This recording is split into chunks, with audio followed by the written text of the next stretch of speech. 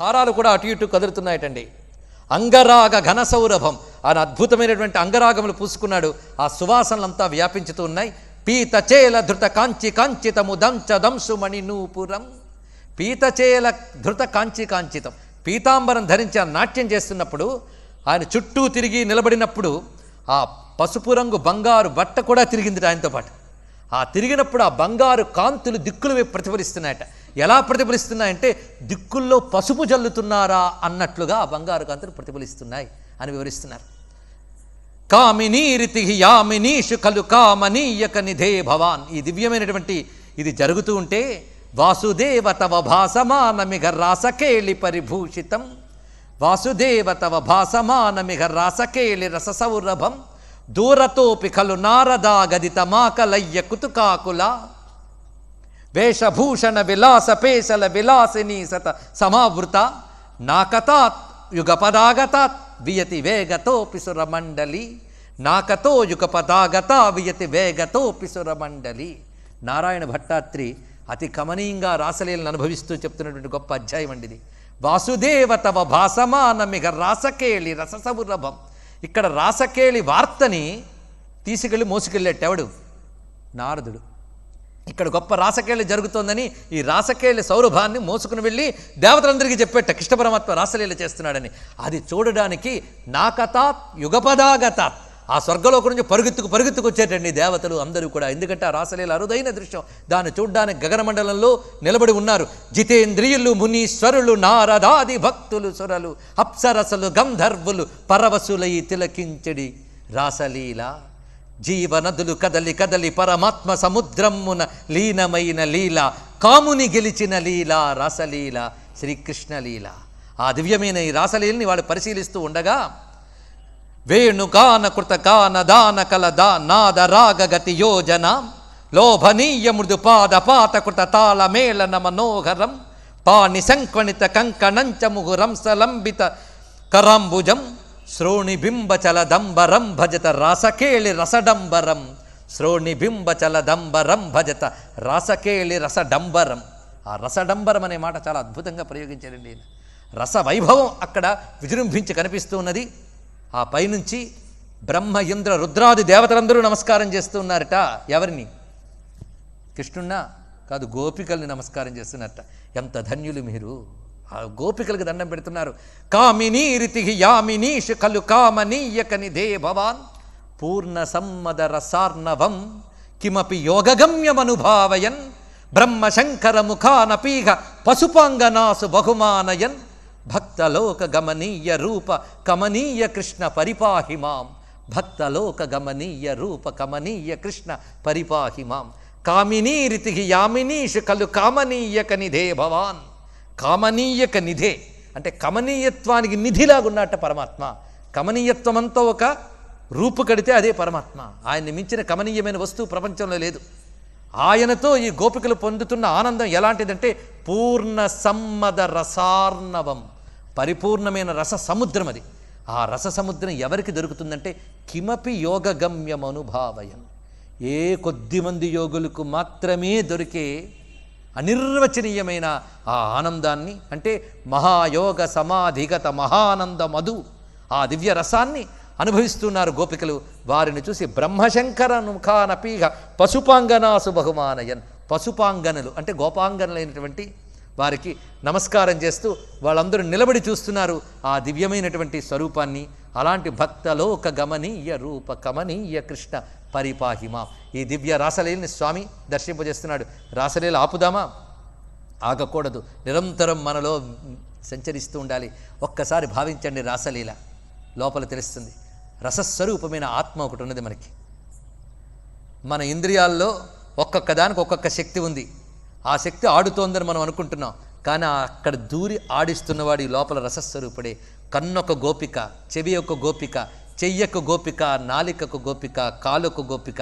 ఒక్కొక్క ఇంద్రియంలో ఆడుతున్న కృష్ణుణ్ణి చూడండి. ఇదే గోపికలతో ఆడుతున్న కృష్ణుణ్ణి. నీ చేతిలో స్పర్శగా ఆడుతున్నవాడు, నీ నేత్రంలో దర్శనంగా ఆడుతున్నవాడు, నీ చెవిలో శ్రవణంగా ఆడుతున్నవాడు, నీ కంఠాన శబ్దంగా ఆడుతున్నవాడు, నీ ఊపిరిగా ఆడుతున్నవాడు, ఇన్ని ఆడుతూ ఒక్కొక్క ఇంద్రియం అనే గోపికతో ఆడుతున్న కృష్ణుడు వేటికి అంటకుండా నీ హృదయ కమలంలో కేంద్ర స్థానంలో అలాగే ఉన్నాడని చేస్తే రాసమండలం నీలోనే కనిపిస్తుంది.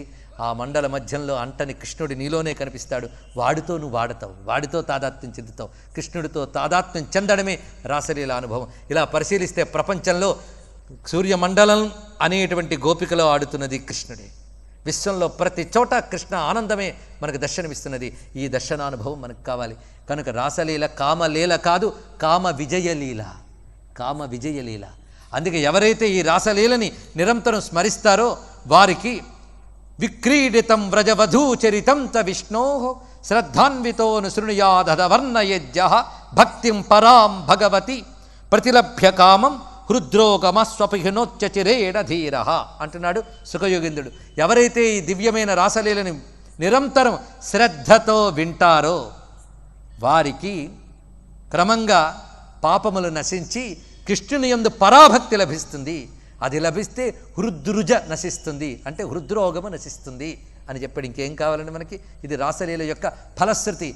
ఇది దివ్యమైనటువంటి లీల, ఇది కాముని గెలిచిన లీల. అందుకే దీనికి వ్యాఖ్యానం రాస్తూ శ్రీధరాచార్యులు, శ్రీధరుల గురించి చాలామందికి తెలిసి ఉంటుంది, భాగవతానికి వ్యాఖ్యానించిన మహాత్ములు శ్రీధరాచార్యులు అద్వైత సంప్రదాయ ప్రకారంగా. ఆయన దీనికి రాసలీల గురించి రాయిపోతే ఒక చక్కటి శ్లోకం రాశారు.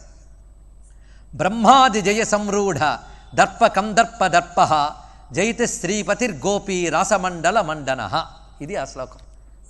ఇది ఒక రహస్యాన్ని ఆయన అందులో చూపిస్తున్నారు. సుఖయోగీంద్రులు ఇందా కృష్ణుడు వచ్చాడన్నప్పుడు ఒక మాట అన్నారండి, సాక్షాన్ మన్మథ మన్మథ అని ఒక మాట వేశారు. మన్మథుడికే మన్మథుడైన కృష్ణుడు వచ్చాట. ఏమిటి ఈ మాట? ఇది ఒక రహస్యమైన మాట. ఆ రహస్యాన్ని విప్పేశాడు శ్రీధరుడు. జయతి శ్రీపతి గోపీ రాసమండల మండన. ఆయన ఎవడు? బ్రహ్మాది జయ సంరూఢ దర్ప కందర్ప దర్ప. బ్రహ్మాదుల్ని జయించేనని దర్పంతో ఉన్న కందర్పుణ్ణి జయించిన లీలటండి ఇది. కందర్పుడు అంటే ఎవడు? మన్మథుడు. అది మన్మథ మన్మథ. దీనికి కథ ఏమిటంటే, ఒకసారి నారదులు వారు పరిగెత్తుకొస్తున్నారు ఎందుకు రాసమండలం చూడాలని. ఆ వస్తున్నప్పుడు ఈ త్రోవలో దివ్యమైన మన్మథుడి ఇల్లు కనబడిందిట. ఆ మన్మథుడిని నువ్వు వస్తావన్నట్టు. ఎక్కడికి? రాసలీలకి. ఎందుకు? కృష్ణ పరమాత్మ గోపికలతో రాసలీల చేస్తున్నాడు. అవునా, అయితే నేను వస్తానన్నట్ట. భక్తితో కాదు, కృష్ణుడిని జయిస్తానని ఆయన బయలుదేరెట్టండి. ఆ సమయంలో కృష్ణ పరమాత్మ అప్పుడే సాయంత్రం పూట గోవులన్నింటినీ తీసుకువెళ్ళి కడుతున్నాడు. ఇంకా తర్వాత రాత్రి అవుతుంది. ఈ లోపల ఆయన తారసపడ్డట్ట. కృష్ణుడు చూశారు మన్మథుడిని. ఏం మన్మథ, బాగున్నావా అన్నట్ట. బాగున్నాను అని. ఏమిటి ఇలా బయలుదేరావు అని. విజయం సాధించడానికి బయలుదేరన్నాను. ఎవడి మీద? నీ మీదే అన్నట్టు. ఇక్కడ నీ మీద విజయం సాధించడానికి బయలుదేరాను, నిన్ను ఓడిద్దామని వచ్చానన్నట్ట. ఏమిటి నన్ను ఓడిద్దామని వచ్చావు? గతమంతా మర్చిపోయావా? ఒకప్పుడు ఇలాగే బయలుదేరి శివుడి కంటి మంటల్లో కాలిపోయావు, గుర్తుందా అని అడిగట్ట. అప్పుడైతే ఆయన తపస్సులో కూర్చున్నాడు కనుక కాలిపోయాను అన్నట్ట. మరి రామావతారంలో నన్ను ఏమీ చేయలేకపోయావే అన్నట్ట.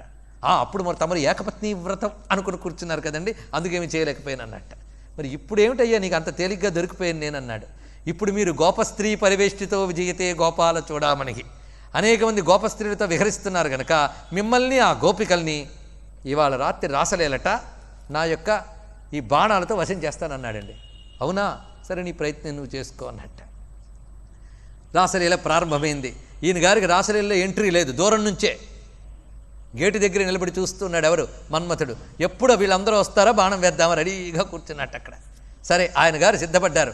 ఈ లోపల కృష్ణుడు రాధాదేవితో చెప్పేట, మన్మథుడు ఇలా ఉన్నాడు చూసావని. అసలు సృష్టికి సంబంధించిన కామము చెల్లని చోటే రాసలీల. గొప్ప మాట చెప్తున్నది. సృష్టికి చెందిన కామము చెల్లని చోటు రాసలీల. ఇది నాది అన్నదిట రాధాదేవి. రాసలీలకి నేను అధిష్టాత్రిని, నేను రాసేశ్వరిని, రాసమండల అధిష్టాత్రిని. దీనిపై ఏ మాయాజాలములు చెల్లవు. మాయకు చెందినవాడు మన్మథుడు, మాయాతీతమైనది రాసలీల. వాడి మాయ చెల్లుతుందా? నేను చూసుకుంటానులే అందుట ఆవిడ. అంతే. రాధాదేవి అధిష్టాత్రిగా ఉన్నది రాసేశ్వరి. ఆవిడ అనుగ్రహం వల్లనే గోపికలందరూ ప్రవేశింపజేయబడ్డారు. అందువల్ల ఇప్పుడు మన్మథుడు ఏం చేశాడంటే కృష్ణుడిని చూశాడు. గోపస్త్రీ పరివేష్టితో విజయితే గోపాల చూడామణికి వెంటనే ధనుర్బాణాలు తీసేటండి. అరవిందమశోకంచ చౌతంచ నవమల్లిక నీలోత్పలంచ 5 పువ్వుల బాణాలు. ఒక బాణం తీసేట, అది వ్యర్థమై వచ్చేసింది వెనక్కి. రెండోది వేశాడు, అది అంతే. 5 బాణాలు వృధా అయిపోయేట. ఏమిటా అని చూసేట, ఎదురుగా స్త్రీ కాదు పురుషుడు కాదు, ఒక మహాకాంతి పుంజం కనిపిస్తోంది ఇతరికి. ఆశ్చర్యచకితుడే చూస్తున్నాడు. లోపలికి వెళదామంటే ఇతని వల్ల కాదు, మూర్ఛపోయి కింద పడ్డాట మన్మథుడు. కనుక మన్మథుడి మాయ చల్లని చోటు రాసలీల. అందుకే దీని పేరు కామ విజయ లీల అని, కృష్ణుడికి మదనమోహనుడు అని పేరు ఇందువల్ల వచ్చింది. మదన గోపాల, మదనమోహన అంటే ఇది అర్థం. ఈ విధంగా అనుగ్రహించినటువంటి దివ్యలీల రాసలీల. ఇందులో ఇదంతా మోక్షప్రధాన లీల. సాధారణంగా మోక్షాన్ని 4 రకాలుగా చెప్తారు సంప్రదాయజ్ఞులు: సాలోక్ష్యము, సామీప్యము, సారూప్యము, సాయుజ్యము.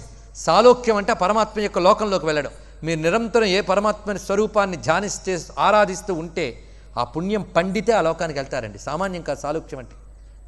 ఆ భావన ఇంకా తీవ్రమైతే సామీప్యం, ఇంకా తీవ్రమైతే అదే విధమైన రూపం ధరించి అక్కడ ఆనందంగా విహరిస్తారు.